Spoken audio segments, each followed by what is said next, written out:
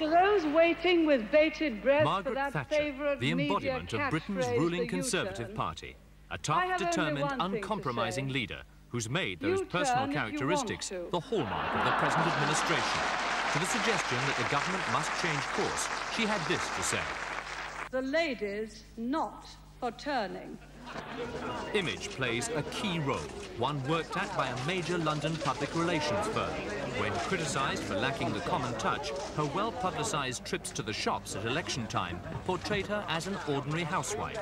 And it's on prices she's had the greatest success, pegging inflation to around 6%. She took over the party leadership from Ted Heath in 1975. He turned down a job in her cabinet and has since become a major backbench critic. Francis Pym is another. He, along with other Tory moderates, are considered to be political cowards and are dismissed as wets. Ladies and gentlemen, what a very wet night. He served as Foreign Secretary under Mrs. Thatcher until the differences between them became too public. There have even been murmurings of revolt by the old guard. That's so far come to nothing, but critics like Sir Ian Gilmour remain vocal. We're in a straitjacket of the government's own making, very, very strict budget policy, and if we continue with that, unemployment will remain very high. Unemployment has become the biggest single thorn in the side of the government. Mrs. Thatcher recently showed signs of irritation at persistent media questions about the jobless total. Why don't you say, look, 80% are in work. Yes, we have to try to get work for 20% on, and some of the work that is being done is fantastically successful.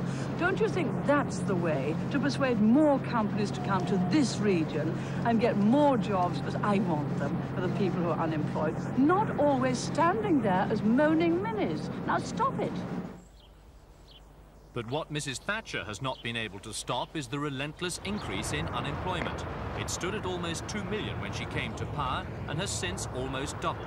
The government's strategy has been aimed at creating an economic climate for growth, favouring the private sector. The idea being that once things looked up for industry, there would be renewed confidence and new jobs would be created. Some jobs have been created, but many more have been lost. Youth unemployment has been blamed in part for the latest upsurge of urban violence, such as Tottenham in North London. Scenes like this, in which a policeman died, attack a favourite theme of the government, the maintenance of law and order.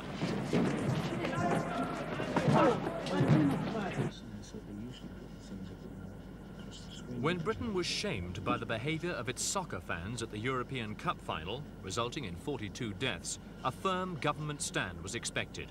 Videos of the violence were studied in detail by the police, emphasising the role they can play in combating hooliganism.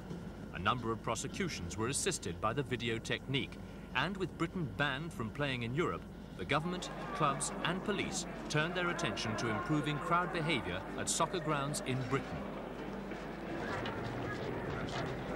It's resulted in a drop in the number of incidents, albeit combined with a fall in attendance figures too.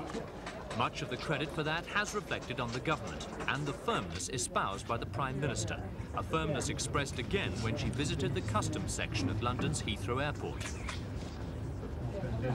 She delivered a stern warning to drug traffickers. Mrs. Thatcher, just one question. What is your message to the drug smugglers?